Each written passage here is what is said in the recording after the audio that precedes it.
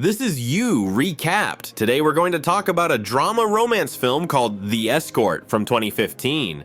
Natalie is an attractive girl who provides services by the hour. She is forced to provide services to men for money because she cannot find a normal job due to an unpleasant situation during her student years. Working independently and without intermediaries, she finds clients and fulfills their desires, no matter how strange and disgusting they may be. Natalie is ready to please everyone, even the worst person. All this partly gives her pleasure because she earns good money and can fully support herself. Mitch is a failed journalist who avoids serious relationships and is focused on having fun with the first girl he meets. His best friend decides to help him change the situation and invites Mitch on a blind date with a nice and well-mannered girl. However, showing no interest in her, Mitch hides in the restroom to watch a movie and entertain himself. He doesn't want to fall in love and prefers to meet girls through the app because they are unpretentious and always know what they want. Their meetings rarely last longer than 5 minutes, but for Mitch, it's enough to get at least a little pleasure. In the evening, fate brings Mitch and Natalie together at a restaurant near the bar. Out of habit, the girl offers her services for $3,000 a night, but Mitch is not used to paying for pleasure. Calling her affordable, he receives words of rudeness in response because Natalie does not consider herself a representative of the oldest profession and calls it adult services. Before leaving, the girl admits that she graduated from a prestigious university. This shocks the journalist a bit. Mitch's familiar world comes crashing down when his boss decides to fire him. Downsizing is planned in the newsroom, and Mitch is the only one with whom the boss cannot establish a close relationship. Realizing that he will never be able to compete with his female colleagues, the journalist leaves the newspaper. He quickly falls into depression and loses faith in himself, continuing to find solace in casual liaisons with attractive girls.